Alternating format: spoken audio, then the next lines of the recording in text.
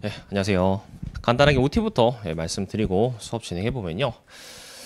저희 2차 시험, 회계사 2차 시험 얘기를 안 할 수가 없죠. 그래서 저희 재무회계 시험이 이제 내년부터는 2025년부터는 두 개로 나눠지는 것, 그리고 시간이 늘어나는 거 이거 좀 말씀을 드릴 텐데요. 그래서 이 재무회계 2차, 회계사 2차 시험의 재무회계가 원래 150점 만점에 시간은 150분이었는데 근데 개편 후에는 이렇게 중급회계랑 고급회계 부분이 나눠져서 그래서 100점과 50점으로 이렇게 나눠지고요. 그리고 그 중급 회계는 시간이 120분으로 늘어나고 고급 회계는 60분으로 이렇게 시간이 합이 180분으로 늘어납니다. 그래서 일단 원래 2차 시험 자체가 굉장히 어렵긴 했는데 아마 그 난이도, 재무회계는 그 난이도가 그대로 유지가 되거나 아니면 조금 더 어려워질 수 있다라는 생각이에요. 그래서 왜 이렇게 시간을 늘리고 그리고 과목도 나누는지 그 이유가 금감원 이 발표 보도자료에 있는데 여기 나와 있습니다. 고급 회계 중요하다. 그래서 고급 회계의 중요성이 늘어나니까 고급 회계에 시험 볼 때 공부 좀 열심히 해라 라는 취지로 이 과목을 나누신 거예요. 그러다 보니 고급 회계의 시험은 엄청나게 이제 어려워질 가능성이 있게 되었습니다. 자, 그래서 이제 중급 회계, 고급 회계 나눈 게 뭐 중급 회계도 중요하긴 하지만 고급 회계에서 워낙 시험 그 난이도가 높아질 것 같다라는 느낌이 있어서 뭐 중급 회계, 고급 회계 둘 다 열심히 하겠지만 고급 회계 쪽 굉장히 좀 어렵게 확실히 공부를 해야 될 것 같습니다. 그래서 일단 이렇게 시험이 개편이 되었고 그 다음에 2차 시험 관련해서 좀 더 말씀드릴 게 저희 그 2차 시험 합격자, 최종 합격자가 지금 1250명이죠. 회계사 2차 시험 합격자가 1250명이고 그 다음에 1차 시험 합격자가 3000명 이렇게 3000명인데 근데 이 1차 시험 합격자 분들을 1차 시험 합격자 분들을 2차 시험에 응시하게 될 때 이 경쟁률이 지금 2.4대 1 정도가 되었어요. 유예생까지 합하면 뭐 3점 몇 대 1까지 올라갈 텐데 이 정도로 이 경쟁률이 높아졌습니다. 그러다 보니까 그 2차 시험의 난이도를 높게 할 수밖에 없는 상황이에요. 1차 시험 합격자 수는 점점 늘리는 추세고 우리 2차 시험 합격자 수는 계속 그대로 유지가 된다고 한다면 지금 뭐 더 늘리진 않을 것 같긴 한데요. 그렇다고 한다면은 뭐 당연히 이 2차 시험 난이도를 굉장히 어렵게 할 수밖에 없는 상황입니다. 그래서 뭐 어떤 이제 방식으로든지 간에 2차 시험 난이도가 어려워질 거로 예상하기 때문에 저희가 이제 좀 공부를 좀 지엽적인 부분까지 계속 좀 더 심도 깊게 하셔야 되는 상황이다라고 볼 수 있겠습니다. 상황이 이렇다라는 거 좀 말씀을 드리겠고요. 그 다음에 저희 이해 강의에서는 어떤 식으로 수업을 진행하게 되는지 말씀을 드려보면요. 저 2차 강의는 두 가지 종류의 강의가 있죠. 동차 강의하고 그 다음에 유해 강의 이렇게 두 가지 종류의 강의가 있는데 일단 저희 그 동차 강의에서는 이렇게 그 내용을 다룹니다. 아주 기본적인 주제는 거의 문제풀이만 하고 그 다음에 이렇게 조금 어려운 주제는 지엽적인 내용 이 정도? 이것도 너무 많긴 하네요. 이 정도까지만 다룹니다.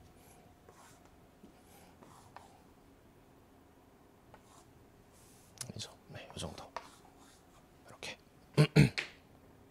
그래서 동차 강의에서는 일단 그 시수가 한정적이다 보니까 아주 지엽적인 내용까지는 다루진 못하고 이렇게 간단한 2차에 빈출되는 주제 위주로만 진행을 하게 되는데요. 유해 강의는 그런 게 없습니다. 유해 강의는 저희가 이 책에 나와 있는 모든 문제들을 다 풀 거예요. 그래서 모든 문제를 다 설명드리고 문제를 다 풀면서 이제 빠짐없이 제가 그 상상할 수 있는 한도 내에서 모든 주제들을 다 다룰 것이기 때문에 시수가 굉장히 길어질 수밖에 없어요. 그리고 이론 설명도 여러분들이 아예 그냥 백지라고 생각하고 기본적인 개념 정도만 안다 생각하고 이론 설명도 하나하나 다 수업에서 진행을 할 겁니다.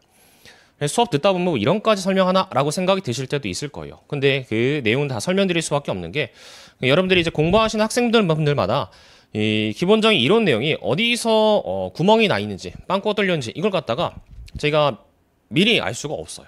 그래서 어떤 학생분들은 이 부분이 좀 이제 부족한 부분이 있고 어떤 학생분들은 이 부분이 부족한 부분들이 있어서 그래서 그 부분들에 맞춰서 이 부분은 제외하고 뭐 이제 그 이론 내용 설명드리고 이렇게 맞춰서 수업할 수가 없기 때문에 일단 기본적으로 다 설명을 드린다라고 말씀을 드릴게요.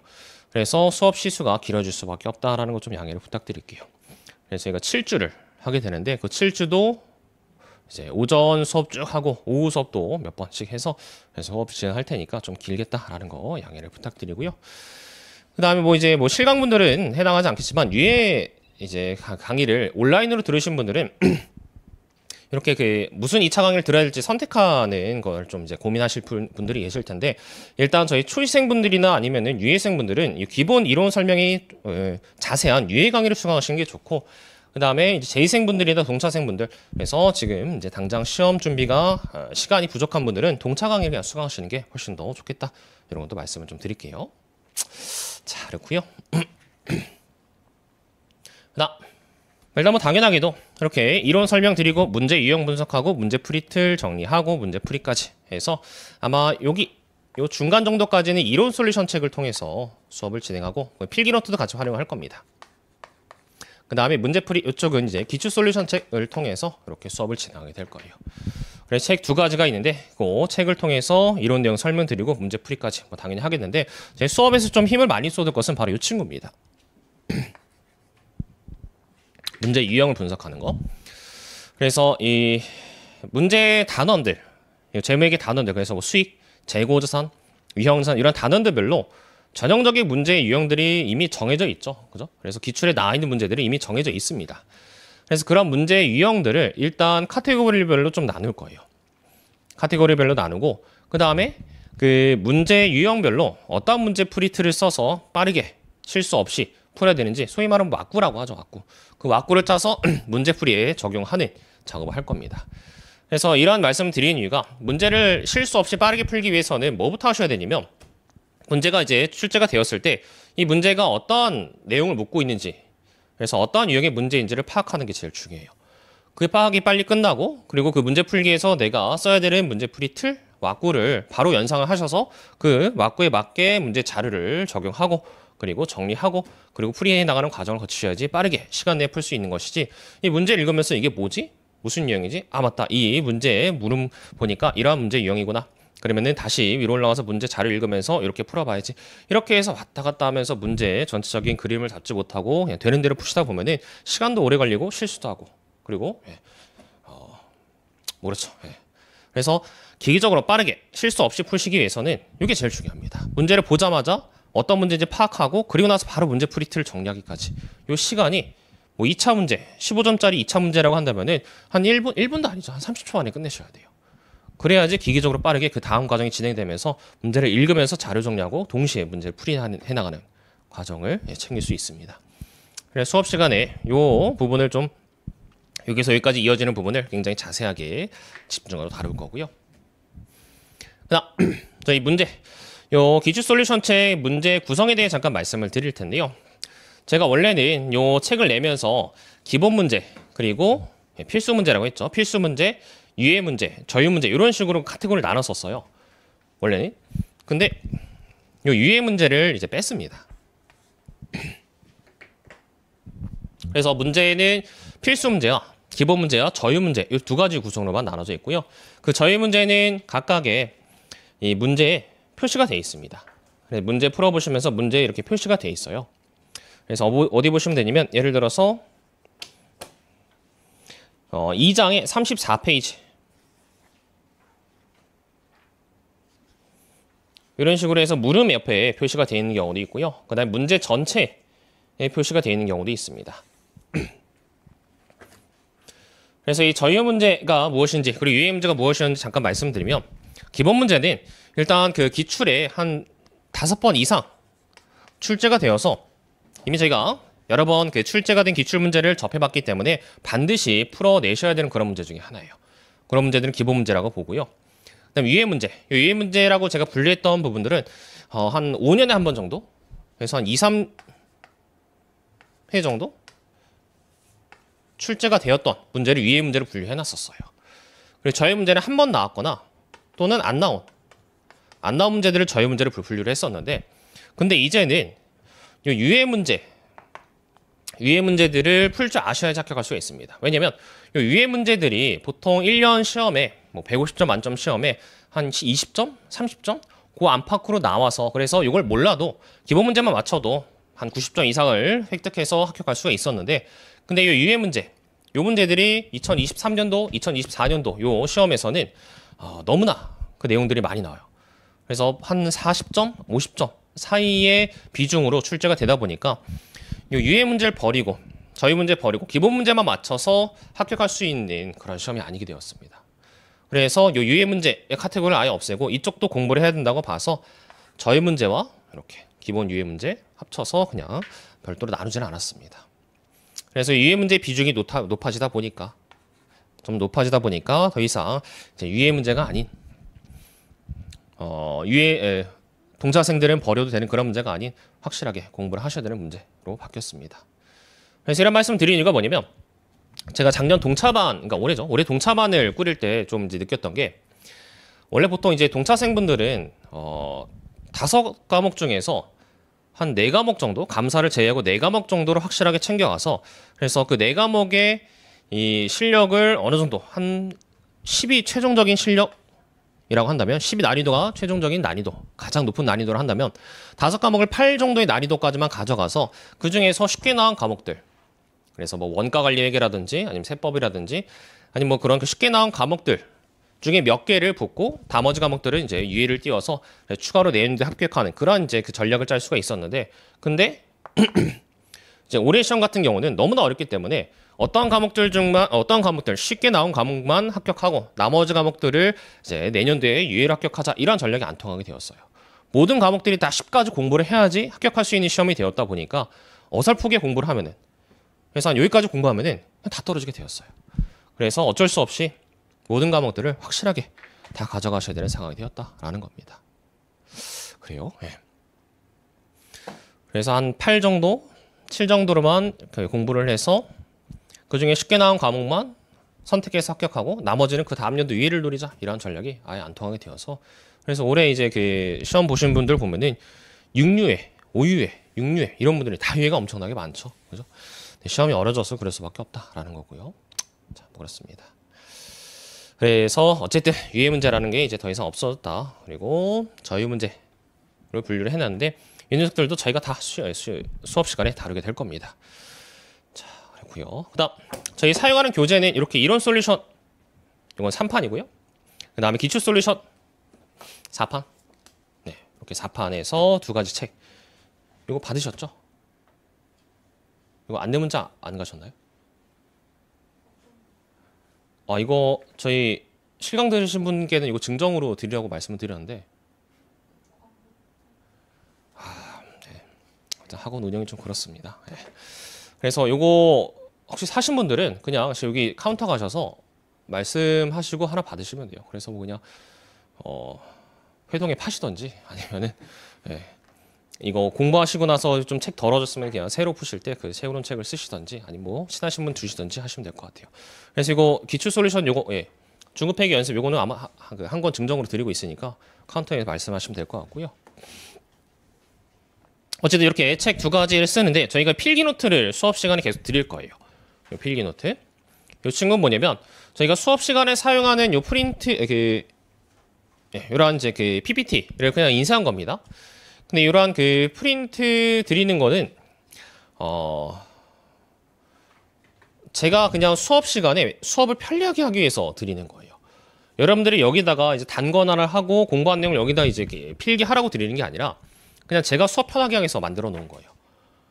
그래서 여러분들이 일단 수업 시간에 필기하시는 게 너무 그 비중을 많이 차지하다 보면은 제 수업을 못 다룰 때 굉장히 많으세요. 그래서 필기하다가 정신 차려서 또 실판 보다 보면은 다른 얘기하고 있고.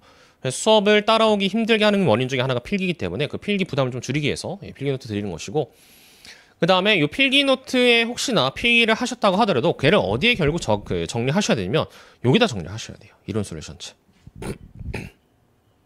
결국 이 프린트물은 나중에 안 보시게 돼요.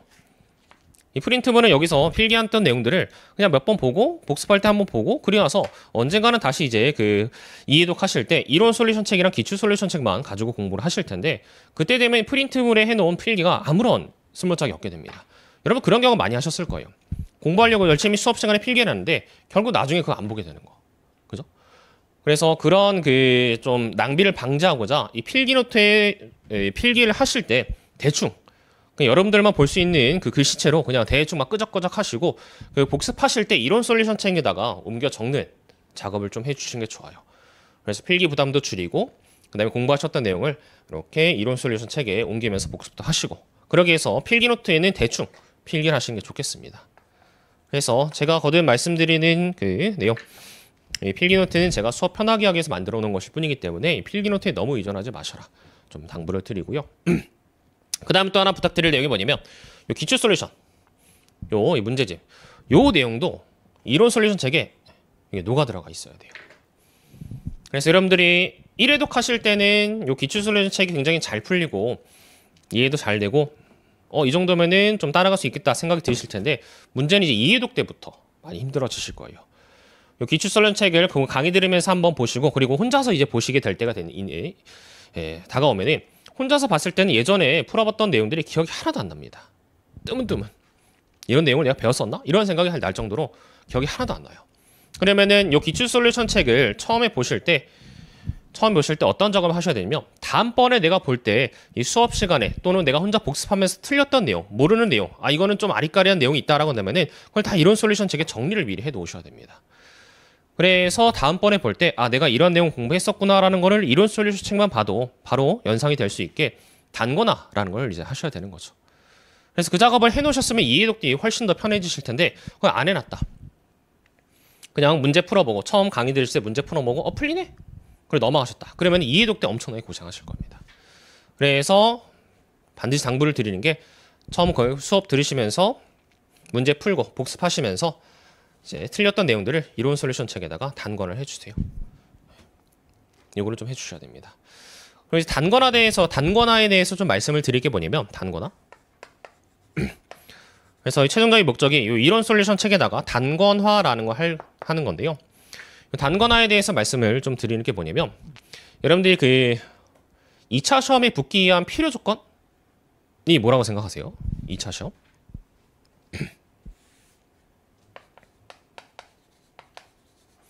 저희가 뭐 2차 시험은 회계사 2차 시험은 6월 달에 이틀 동안 보죠. 6월 말에.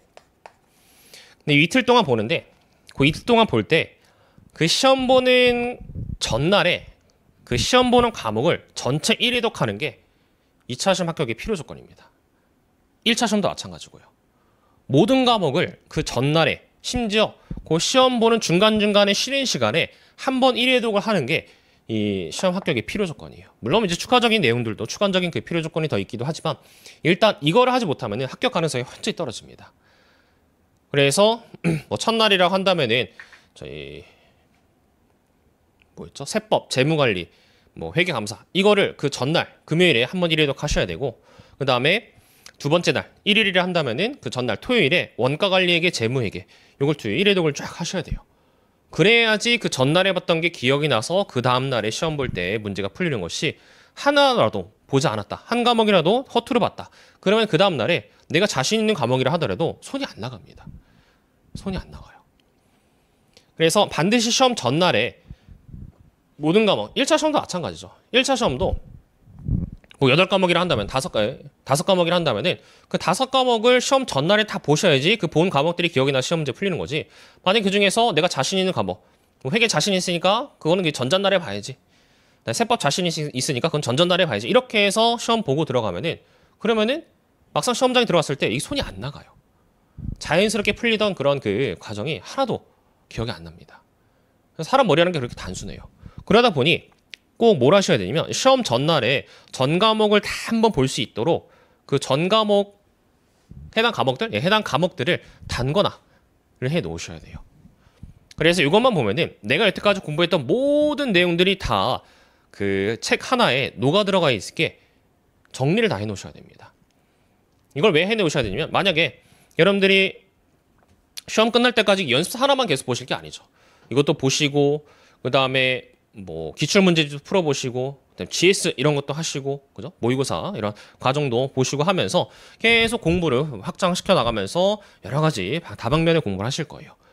근데 그 공부하고 그리고 나서 그냥 그대로 두고 또 다른 거 공부하고 그래서 이 연습서 보시다가 기출문제 보시고 기출문제 보시다가 또 GS 보시고 다시 돌아와서 연습문제 보시고 이렇게 하다 보면은 그 전 단계에 보셨던 내용들이 하나도 기억이 안 나요. 기억하는 것처럼 느낄 수 있겠지만 기억이 하나도 안 납니다. 그래서 뭘 하셔야 되냐면 그 공부하신 내용들을 반드시 어딘가에 오답노트처럼 하나의 책에다가 차곡차곡 모아 놓으셔야지 그 내용들이 다 하나하나 집결이 되어서 시험 전날에 그 내용을 보고 아 내가 이런 내용을 공부했었지. 연습서에서 이런 내용이 있었지. 그래서 모든 공부했던 내용을 이 책 하나만 봐도 다 회독을 돌릴 수 있을 정도로 단권화를 해놓으시는 게 제일 중요합니다.